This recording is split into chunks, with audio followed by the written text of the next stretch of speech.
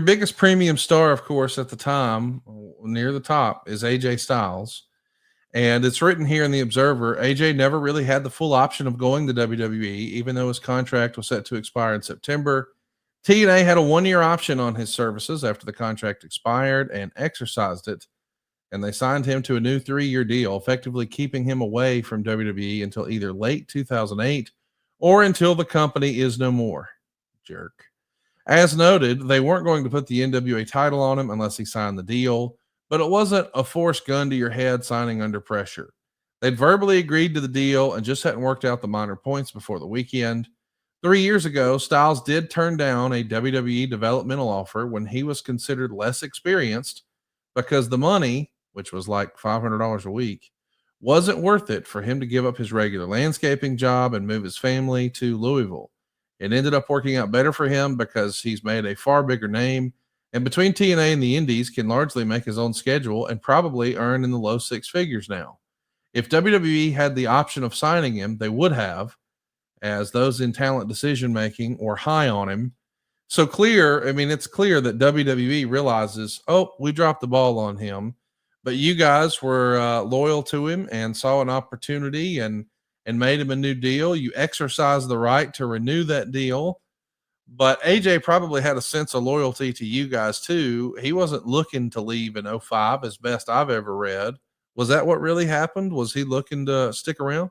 And man, it's fun as we're sitting here, Slammiversary 05, it's 2025, and we're looking back 20 years ago. But Conrad, when I'll do like panel discussions and that kind of stuff, and a lot of times I'll get, hey man, a lot of people, I think they just asked this. Me and Shivani did one at a VIP for AEW. Hey, Jeff, do you think that they were basically trying to give me credit?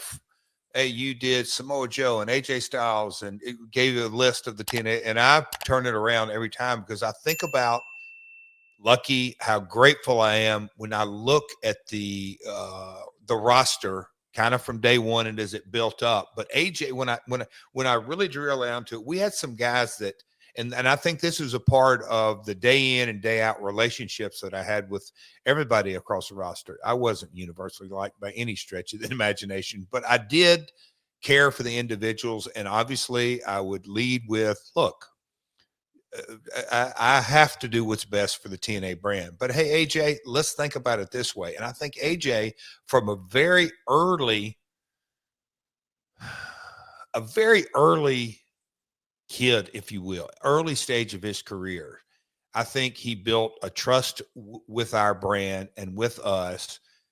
No like and trust. But at the end of the day, I got to give AJ and others all the credit in the world, because I think they fundamentally, whether it was in our conversations or conversations, they'd go other places to have a conversation. But at the end of the day, I think AJ understood the mentality that, I don't want to say the grass isn't greener, but there's only certain amount of spots in a roster, period.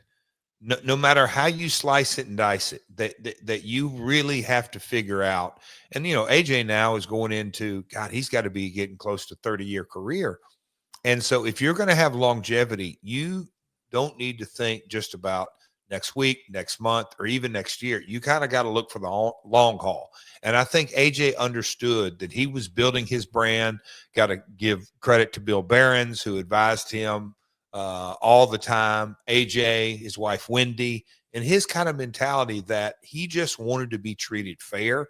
He knew his schedule. He knew what we were about. He knew he was a top dog with us, all the things. So it was like we always say, a win-win relationship. And AJ, I got to give the guy all the credit in the world, because he'd sit down. At the end of the day, he wanted to be paid. He wanted to be paid well.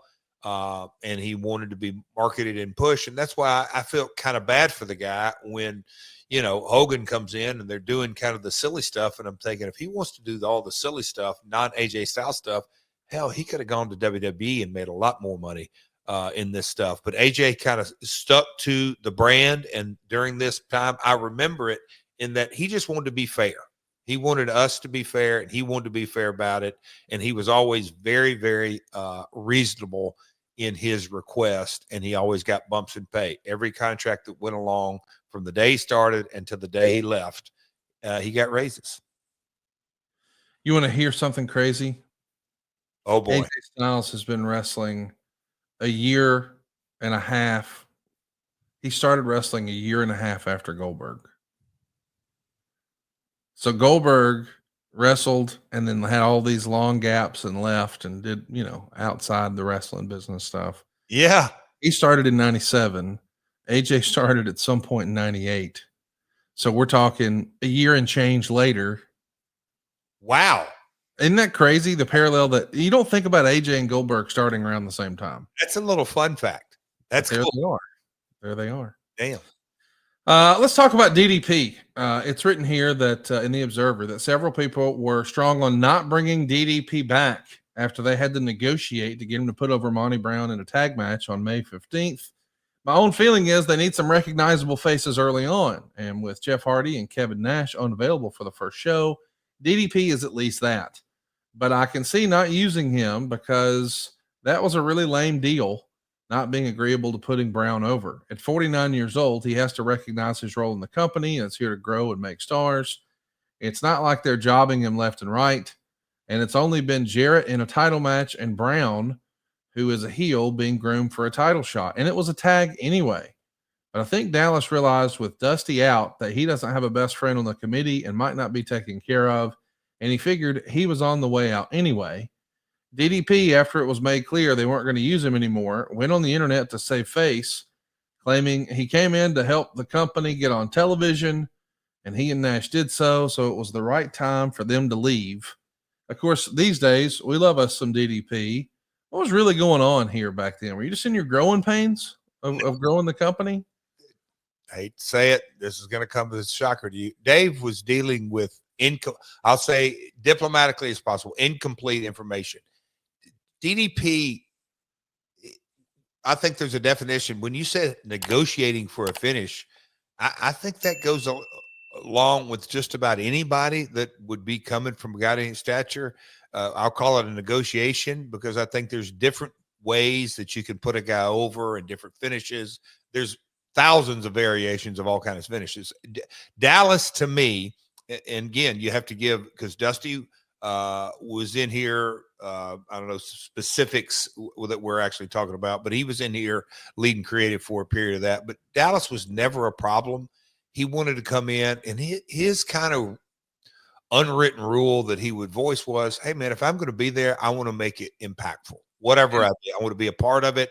I want to dive in. And his headspace, to me, was always in the right frame of mind. And at the end of the day, what talent who hadn't climbed his heights isn't protective of the brand they built, if you will?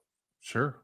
Don't we all love summer vacation, relaxing, laying out by the pool, barbecues, hitting the beach, doing, well, nothing? Well, how about a summer vacation from your house payments? With SaveWithConrad.com, you can do just that. Reduce your monthly payments by making the equity you built up in your home work for you.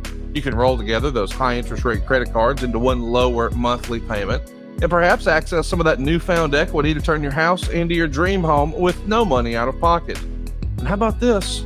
You get to skip your next 2 house payments. That's right. You won't have to make your June or your July house payment. You're done until August 1st. Go right now to SaveWithConrad.com. Let my team run the numbers for you for free. There's no obligation, and if we can't help you save some cash, we won't waste your time. And did I mention we're offering a 3-year guarantee right now? That's right. That means if at any point interest rates improve over the next 3 years, you get a free refi. That's right. No new lender fees from us. So you get to save money now without wasting money later when the rates improve on a whole second set of closing costs. Why not go to SaveWithConrad.com and get a guarantee? Save money now and save money later with your friend in the mortgage business. That's me, Conrad Thompson at SaveWithConrad.com. Shoot me an email at Conrad@SaveWithConrad.com. Give us a call at 888-425-0105. Or get yourself a quick quote, even talk to a live person right now at SaveWithConrad.com. NMLS number 2129, equal housing lender. Let's take a summer vacation from house payments at SaveWithConrad.com.